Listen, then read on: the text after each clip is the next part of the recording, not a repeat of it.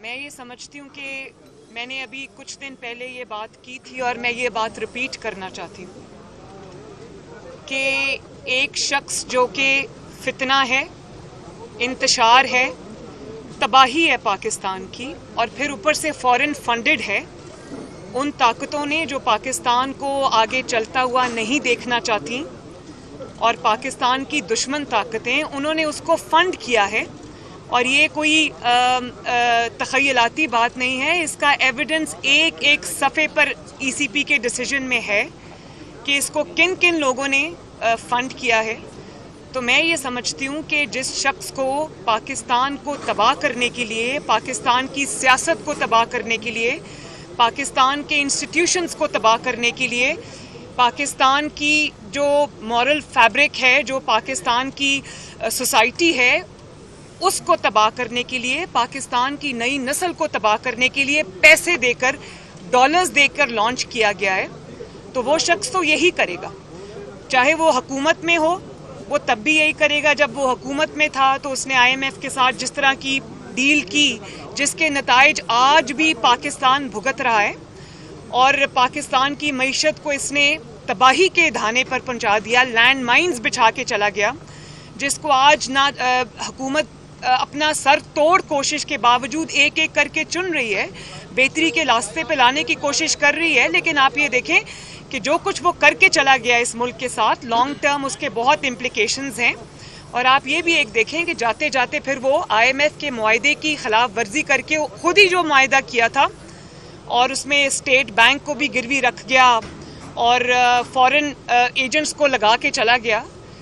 फिर वो जाते जाते वो मुआहदा भी फाड़ के चला गया, प्राइसेस ड्रॉप करके चला गया। और आप ये देखें आज तक पाकिस्तान की मईशत उस अटैक से संभल नहीं पाई। अगर हुकूमत में हो तो पाकिस्तान की तबाही करेगा, हुकूमत से बाहर हो तो जत्थे लेकर हमला आवर होगा।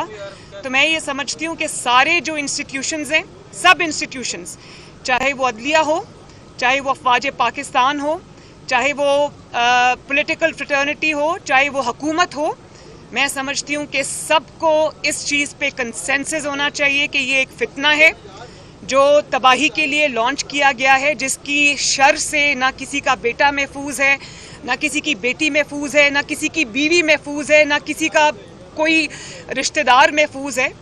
तो ये इस शख्स को, जिस तरह जो जज थी ज़ेबा, जिस तरह से इसने उसको जलसे में खड़े होके उनके बारे में इस तरह के कलिमात अदा किए, मैं समझती हूँ कि ये शख्स को वही कर सकता है जो जिसकी या तो दिमागी सेहत जो है वो जिसकी सैनिटी क्वेश्चन पे हो, या फिर वो शख्स जिसको पैसे देकर, जो कि साबित हो गया इस मुल्क के खुद की तबाही के लिए लॉन्च किया गया।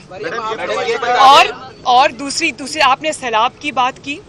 हमारे मुल्क पर एक आफत आई हुई है, अल्लाह ताला सैलाब ज़दगान को जल्दी जल्दी उनके अब घरों में आबाद करे। हुकूमत पूरी कोशिश कर रही है। एक चीज़ मैं आपको बता दूं, शहबाज शरीफ साहब की किसी सूबे में हुकूमत नहीं है, लेकिन शहबाज शरीफ साहब ये देखे बगैर कि कौन सा सूबा किस जमात के पास है या किस जमात की हुकूमत है किस सूबे में, वो इर्रिस्पेक्टिव ऑफ दैट वो हर जगह जा रहे हैं, रोज़ जा रहे हैं, एक्चुअली जाके मदद कर रहे हैं। ये नहीं कि टीवी पे बैठ के एक टेलीथॉन कर दी, 5 अरब रुपए जमा हो गए, बाद में पता चला कि वो 5 अरब रुपए जो हैं वो सोशल मीडिया के ऊपर वो इमदाद भी डाउनलोड हो गई, राशन के पैकेट भी सोशल मीडिया पे बट गए और फिर सोशल मीडिया पे ही वो बांटे गए। और असल में क्या हुआ कि जो टैक्स पेयर का पैसा है जो इस वक्त आपको लगाना चाहिए था सैलाब ज़दगान के ऊपर, आप उसकी एक्सपेंस के ऊपर आप इमरान खान साहब हेलीकॉप्टर यूज़ करते हैं, गाड़ियाँ यूज़ करते हैं, सिक्योरिटी यूज़ करते हैं और जाते हैं फ़ोटो सेशंस के लिए।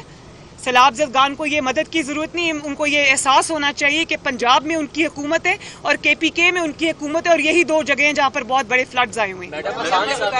तो आप जिस जगह पे आपकी पाकिस्तान के सबसे बड़े सूबे में आपकी हुकूमत है, KPK में आपकी हुकूमत है, तो आप फेडरल गवर्नमेंट के ऊपर सब कुछ डाल के पतली गली से फरार नहीं हो सकते। आपका सबसे बड़ा स्टेक है इस गवर्नमेंट में, आप जिम्मेदार हैं। जगह पे खड़े होके आपने कहा था कि जनरल बाजवा की एक्सटेंशन के गुनाह में आप शामिल नहीं थी, اب اگر حکومت دوبارہ یہ گناہ کرتی ہے تو کیا آپ اس کی مخالفت کریں گی؟ دیکھیں، میں ایک تو جب یہ سوال اٹھے گا قبل از وقت میں اسپیکولیشن پہ اس کا جواب نہیں دینا چاہوں گی. یہ گناہ ہے یا نہیں؟ ایک سیکنڈ. دوسری بات یہ کہ جس شخص نے یہ کنٹروورسی جان بوجھ کے چھیڑی ہے اس شخص کا نام فتنہ خان ہے. اس کا کام ہی فتنہ ڈالنا ہے. اور میں اب وہ کسی ایک بیان پہ اپنے ٹک جائیں کہیں. آپ دیکھ لیں کہ جب وہ گورنمنٹ میں تھے اور ایک پیج پہ تھے تو وہ سپہ سالار کی تعریفیں ہمیں دن رات سننے کو ملتی تھیں. پھر ایک وقت ایسا بھی آیا جب وہ حکومت سے نکالے گئے تو انہوں نے ان کو میر جعفر بھی کہا، میر صادق بھی کہا، ایکس وائی زیڈ بھی کہا، اور پھر ان کو نیوٹرل کہا، جانور کہا. اور اب اچانک اگر وہ اس بات پہ آ جائیں، پہلے وہ کسی ایک سٹانس پہ کھڑے ہوں تو میں اس کے اوپر گفتگو کروں.